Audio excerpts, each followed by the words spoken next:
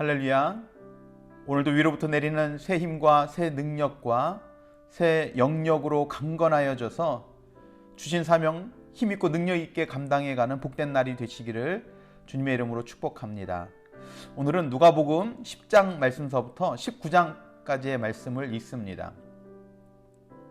먼저 70인을 파송하는 이야기로 10장의 말씀이 시작되어집니다. 그리고 나서 이후에 주님이 가르쳐 주신 기도문인 주기도문과 기도에 대한 교훈, 하나님의 나라에 대한 가르침, 그리고 또 회개에 대한 말씀, 또 제자로서의 삶과 성도로서의 생활과 영생에 대한 교훈의 말씀들이 나옵니다. 그리고 마지막은 예루살렘 입성 후의 사역으로 예루살렘의 멸망을 예언하고 성전에서의 사역을 이야기하면서 19장 말씀의 끝이 맺어지게 됩니다. 그 중에서 오늘은 18장과 19장 말씀에 등장하는 두 사람의 모습을 통해서 우리의 신앙을 한번 돌아보는 은혜의 시간을 갖도록 하겠습니다. 먼저 18장에서는 우리에게 익숙한 비유의 말씀들이 많이 나옵니다. 과부와 재판장의 비유를 통해서 간절한 그 강청의 기도에 대한 메시지를 주시고, 바리새인과 세리의 비유를 통해서 겸손함에 대해서 말씀해 주십니다. 그러는 가운데 18절서부터 23절의 말씀을 보면 우리의 중요한 신앙의 태도를 점검할 수 있는 귀한 이야기가 등장합니다. 지난번에도 잠깐 이 부분에 대해서 함께 우리가 말씀을 나눴었는데요. 어떻게 보면 무엇 하나 부족한 것 없어 보이는 엄친아라고 이야기할 만한 부자 관원이 주님을 찾아옵니다.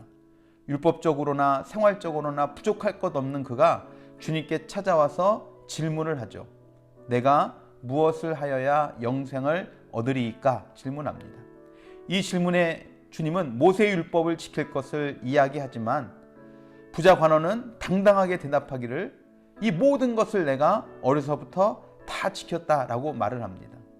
모든 것을 다 지켰다고 당당히 대답하는 그 부자 관원에게 주님도 강하게 말씀하시죠.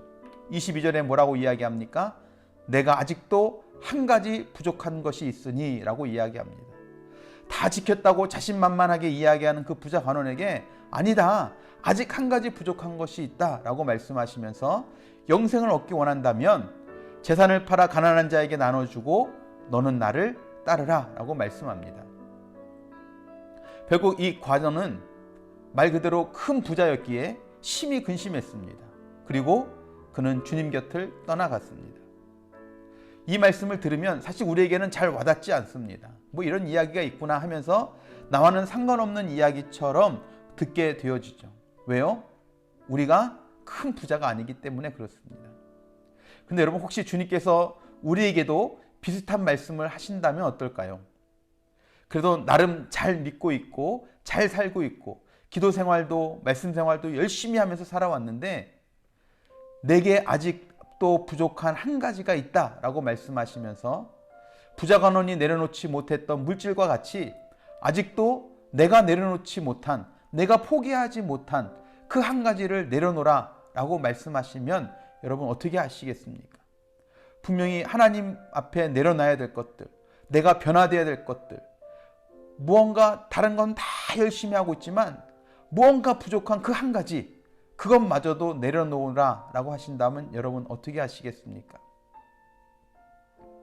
여러분 스스로에게 질문을 해보시고 또 혹시 그 한 가지가 무엇인지 생각나게 해주신다면 여러분 부자 관원처럼 고민하다가 주님을 떠나가는 모습이 아니라 그것을 기꺼이 내려놓고 온전히 주님을 따르는 믿음의 사람이 되시기를 주님의 이름으로 축원합니다.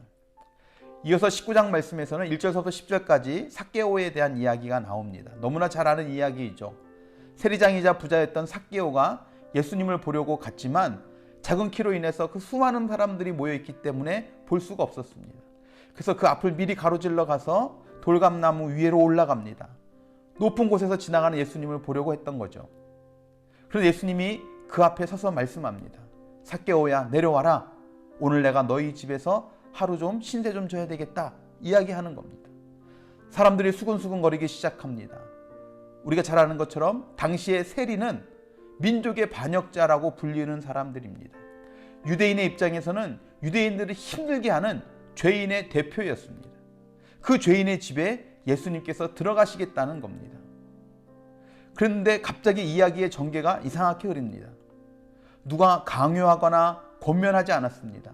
단지 주님께서 삭개오의 이름을 불러주고 함께 하시겠다고 했는데 삭개오는 마치 기다렸다는 듯이 선언하기 시작합니다. 소유의 절반을 팔아 가난한 자들에게 주고 남의 것을 속여서 빼앗은 것이 있다면 4배나 보상하겠다라고 이야기합니다. 어떻게 이런 놀라운 일이 일어났느냐 하는 것입니다. 다른 병자를 고치시거나 은혜의 말씀을 선포하시는 것처럼 기도도 명령도 긴 설교도 없었습니다. 그런데 삭개오가 어떻게 순간 이런 고백을 하면서 180도 바뀔 수 있었는가 하는 것입니다. 예나 지금이나 사람들은 다른 사람들을 너무 쉽게 판단하고 정죄합니다. 그래서 우리는 누군가의 이마에 죄인이라고 낙인을 찍고 죄인이라고 부르지만 여러분, 주님은 잃어버린 자라고 읽습니다. 사람들로 정죄받고 사람 취급받지 못하던 삭개오에게, 누구도 교제하려고 하지 않던 그 삭개오에게 주님이 먼저 손을 내미셨습니다. 내가 너와 함께 하겠다고 하니 삭개오의 아픔에 공감해 주니 그가 죄의 자리가 아니라 빛의 자리로 스스로 나오게 된 것입니다. 우리 주변에 내가 너무 쉽게 정죄하고 거리를 두고 외면하고 있는 사람, 또 그런 일들은 있지 않습니까? 복음을 전해야 될 사람에게 내가 정해놓은 그 선입견으로 포기하고 돌아보지 않는 사람들은 없습니까? 잃어버린 자를, 찾아야 할 자를 나와는 상관없는 존재로 생각하고 못 본 척 원래 그런 사람이니까 그러면서 무관심으로 대하지는 않았습니까? 우리가 그들의 이름을 부르고 그들에게 구원의 손길을 내밀 때 놀라운 구원의 역사가 일어나게 되어질 줄로 믿습니다. 내가 오늘 너희 집에 유하야겠다라고 했던 그 예수 그리스도의 그 한마디, 그 한 번의 손 내밈이 삭개오를 놀랍게 변화시킨 것을 오늘 말씀을 통해서 보게 됩니다. 오늘 18장과 19장의 이 부자 관원과 삭개오의 이야기를 통해서 여러분, 나에게 말씀하시고 나에게 질문하시는 그 주님 앞에서 내가 결단하고 결정해야 될 일들은 없습니까?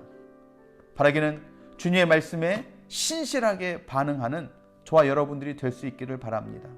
그래서 하나님께서 말씀하신 대로 순종함을 통해 우리가 변화된 삶을 살고 하나님의 은혜를 충만히 누리는 귀한 은혜가 저와 여러분 가운데 있게 되기를 바랍니다. 기도하시겠습니다.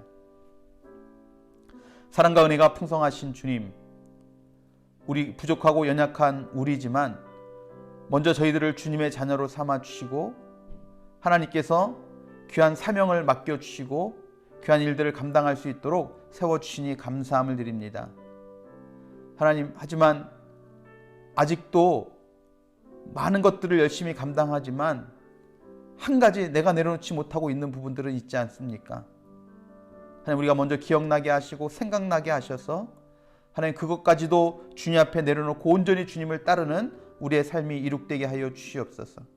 하나님, 우리 주변에 내가 또 찾아야 될 삭개오와 같은 사람들은 있지 않습니까? 상처받고 외면당하고 주의 복음을 듣지 못한 채 살아가는 그들에게 하나님, 주님께서 먼저 찾아가 삭개오야, 내가 오늘 너희 집에 유하야겠다라고 말씀하셨을 때 삭개오가 변했던 것처럼 우리 삶 속에서도 그와 같은 놀라운 역사들이 일어날 수 있도록 하나님, 내가 먼저 손 내밀게 하시고 내가 먼저 용서하게 하시고 내가 먼저 품게 하시고 내가 먼저 찾아가게 하시고 내가 먼저 복음을 증거하는 아름다운 삶의 열매들이 있게 하여 주시옵소서. 오늘 하루 그렇게 우리 가운데 역사하시고 우리의 삶을 통해 영광 받으실 주님을 찬양하고 기대하며 사랑이 많으신 예수 그리스도의 이름으로 간절히 기도드렸사옵나이다. 아멘. 아멘. 할렐루야. 오늘도 주님의 말씀대로 살아가는 저와 여러분들이 되시기를 바랍니다. 혹시 내가 내려놓지 못했던 부분들, 너무 쉽게 정죄하고 사랑을 전하지 못했던 모습들, 여러분 생각나는 것들이 있다면 여러분 주의 말씀에 순종으로 온전히 주님의 일들을 이루어가는 복된 날이 되시기를 바랍니다. 그렇게 살아가실 여러분 한 분 한 분 주님의 이름으로 사랑하고 축복하고 또 감사합니다.